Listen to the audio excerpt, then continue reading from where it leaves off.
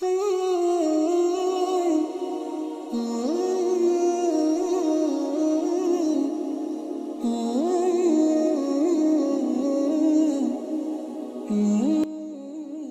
jadinya kalau ada seorang anak menikah dengan ibu kandungnya sendiri? Hal gila ini ternyata dilakukan oleh seorang raja zalim yang bernama Namrud. Bagaimanakah kisahnya dan bagaimanakah kematian raja zalim ini? Untuk itu, di video kali ini kita akan membahas tentang ketika Raja Namrud menikahi ibu kandungnya sendiri. Assalamualaikum warahmatullahi wabarakatuh. Sobat beriman yang dimuliakan Allah. Alangkah baiknya jika sahabat sekalian bantu support channel ini dengan cara like, komen, dan subscribe. Semoga kita selalu dalam keadaan sehat walafiat, dilancarkan rezekinya, dan dimudahkan urusannya. Amin ya Rabbal Alamin. Namrud, atau dengan nama lain yaitu Nimrod, adalah seorang raja zalim yang kisahnya ada di kitab suci agama-agama Samawi. Dia adalah keturunan kelima dari Nabi Nuh alaihi salam. Nasabnya adalah Namrud bin Kanaan bin Hus bin Ham bin Nuh alaihi salam. Tapi ada juga riwayat lain yang mengatakan kalau Namrud bukan anak Kanaan, tapi anak dari Kush. Namrud inilah orang pertama yang mendeklarasikan dirinya sebagai raja atas seluruh dunia. Bahkan, dia juga memaksa orang-orang untuk menyembahnya sebagai Tuhan. Hal itu pun mendapat tantangan dari seorang nabi yang hidup sezaman dengannya, yaitu Nabi Ibrahim alaihissalam. Tapi di video kali ini, kita hanya akan berfokus mengisahkan Namrud dan ibunya, Semir. Perilaku yang menyimpang sudah ada sejak zaman dahulu, seperti menyukai saudara sekandungnya sendiri. Kemudian, dinikahilah orang yang padahal mahramnya tersebut. Ini persis seperti binatang, dan hal tersebut ternyata terjadi pada Raja Namrud. Sejarah mencatatnya, Namrud menikah dengan ibu kandungnya sendiri yang bernama Semir. Namrud adalah seorang raja yang terkenal dan hidup sekitar 275 sampai 1942 tahun sebelum Masehi. Dia menjadi raja di sebuah daerah yang dinamakan Babilonia, dengan peradabannya yang terkenal bernama Mesopotamia kuno. Negara bekas pemerintahannya sekarang menjadi negara Irak. Ayah Namrud adalah Kush, yaitu cucu dari Nabi Nuh alaihi salam, sedangkan ibunya adalah Semiramis, atau dengan nama lain Samiram. Ibunya pada usia remaja telah menikah dengan ayahnya. Konon, sehari setelah berhubungan intim dengan Semiramis, ayahnya ditakdirkan meninggal dunia. Oleh karena itu, saat Namrud lahir, dia tidak memiliki ayah. Ibunya terkenal sebagai wanita yang cantik dan bijaksana. Maka setelah Namrud lahir, konon ibunya tidak pernah disentuh oleh manusia. Namrud dianggap sebagai anak yang suci, dan inilah yang menambah keyakinan Namrud bahwa dia adalah anak Tuhan. Kemudian, Namrud ini, teman-teman, adalah orang yang paling pintar dan paling cerdas di zaman itu. Dia dianugerahi kepintaran dalam hal desain, matematika, dan ilmu perbintangan. Dialah orang yang saat itu menemukan seksimal yang membagi lingkaran menjadi 360 derajat. Kemudian, dia jugalah yang menemukan bahwa 1 derajat adalah 60 menit dan 1 menit adalah 60 detik. Selain itu, Namrud menetapkan bahwa 1 hari terbagi dalam 24 jam. Menurut Namrud, hari bermula pada waktu tengah malam, dan bukannya pada waktu matahari terbenam seperti yang dipercayai oleh kaum sebelumnya. Di samping itu juga, Namrud mahir mendesain struktur bangunan besar seperti jembatan, kuil, bangunan bertingkat, dan bendungan. Bukti bangunan yang telah dibangun Namrud salah satunya adalah pembinaan sistem saluran irigasi di lembah Tigris dan Eufrat. Namrud juga orang pertama yang menggunakan batu bata dari tanah liat yang dibakar, dan dia terkenal sebagai arsitek dari Menara Babel, yaitu menara pencakar langit pertama di dunia. Karena kemampuan yang luar biasa itu, dia menjadi sombong dan takabur. Sayangnya, dengan segala penemuan yang menakjubkan itu, dia malah menggunakannya untuk menyesatkan rakyatnya. Antara lain, Namrud menggunakan ilmu falak atau ilmu tentang benda-benda langit untuk menciptakan berbagai sistem ramalan nasib seperti horoskop dan palmistry. Tujuannya adalah untuk meyakinkan bahwa manusia tidak perlu Tuhan, karena manusia mampu memprediksi dan mengubah nasibnya sendiri. Selain itu, Namrud juga membangun banyak bangunan megah dan berhala yang indah agar manusia kagum akan ciptaannya sendiri. Konon katanya, Menara Babel yang dibangun Namrud digunakan oleh para pendeta-pendeta untuk memuji dan menyembah Namrud. Kenapa menara itu dibangun sangat tinggi? Karena untuk bisa mencapai kayangan, ini juga persis seperti apa yang dilakukan Firaun. Firaun membangun piramida yang sangat tinggi karena dia ingin melihat Tuhannya Nabi Musa dari atas sana. Dan mungkin Firaun juga terinspirasi dari Namrud. Menurut buku Sejarah Para Nabi dan Raja yang ditulis oleh Imam At-Tabari pada abad ke-9 Masehi, menara kebanggaan Namrud itu telah dihancurkan oleh Allah Subhanahu wa Ta'ala. Dikisahkan, sebelum Namrud dilahirkan, saat itu hanya ada satu bahasa yang dipakai di sana, yaitu bahasa Suryani. Tapi Namrud memecahnya menjadi 72 bahasa yang berbeda.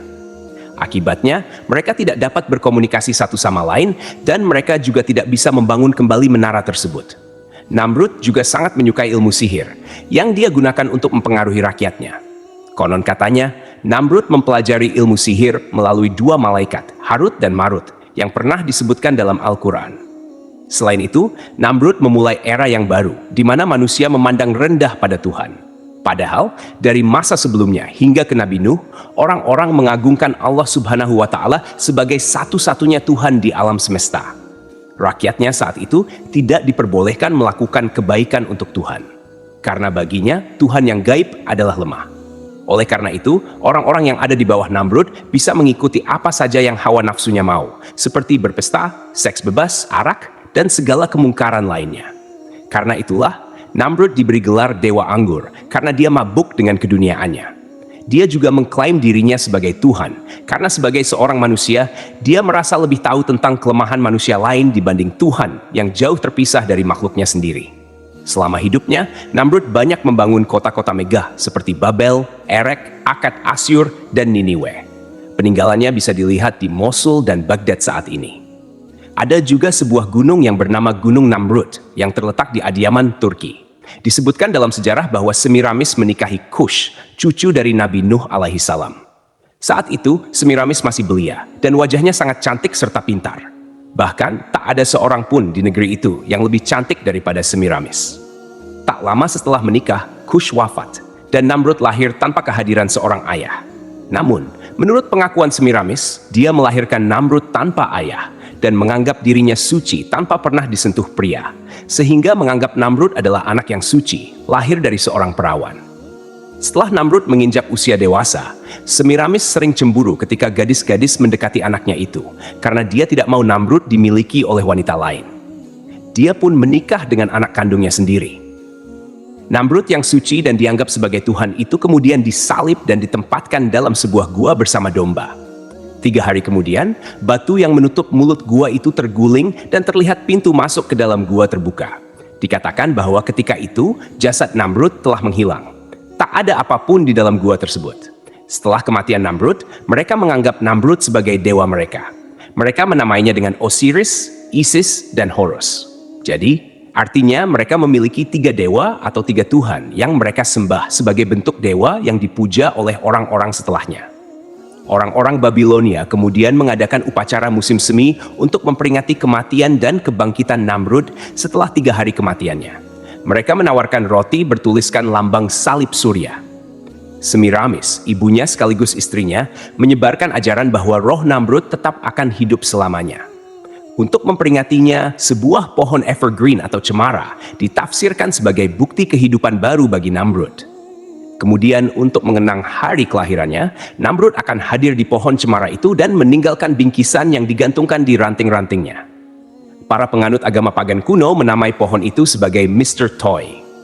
Pohon cemara adalah lambang kesuburan penting untuk upacara peradaban kuno. Mereka percaya bahwa dengan mendekorasi rumah dan kuil dengan tanaman hijau seperti holly, ivy, dan Mr. Toy dapat membantu membawa cahaya matahari yang berkurang. Di akhir tahun, tanaman mistletoe adalah tanaman yang paling sakral bagi orang-orang pengikut Druid. Druid adalah anggota kelas pendeta berpangkat tinggi dalam budaya Celtic kuno. Kebiasaan berciuman di bawah mistletoe berasal dari gagasan kuno bahwa mistletoe adalah alat kelamin kayu oak.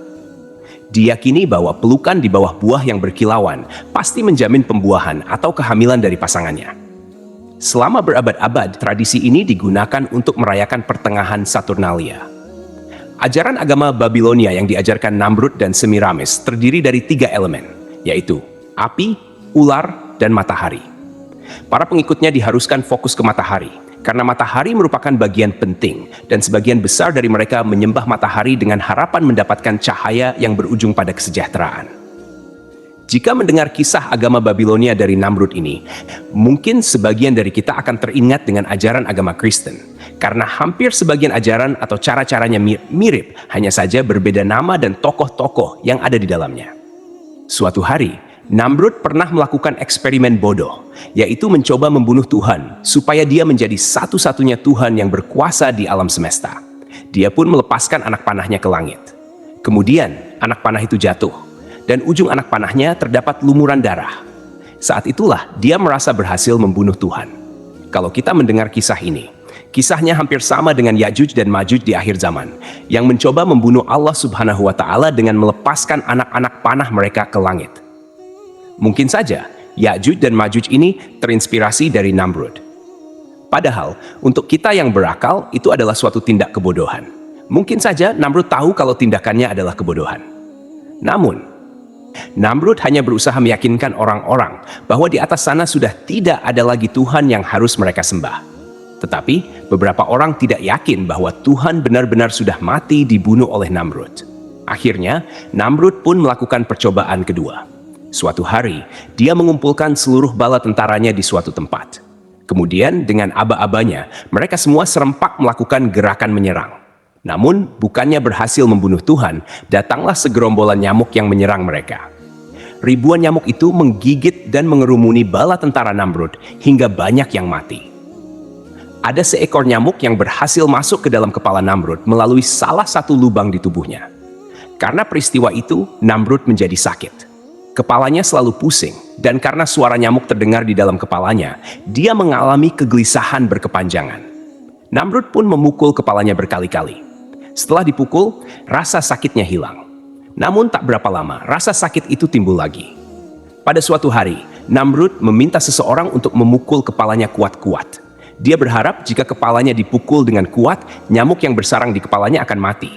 Tetapi setelah dipukul, bukannya nyamuk itu mati, malah Namrud yang mati. Konyol sekali, teman-teman. Orang sepintar itu dan orang sehebat Namrud mati cuma karena seekor nyamuk. Wallahu a'lam bishawab. Jadi, itulah kisah ketika Raja Namrud menikahi ibu kandungnya sendiri. Semoga kisah ini bermanfaat.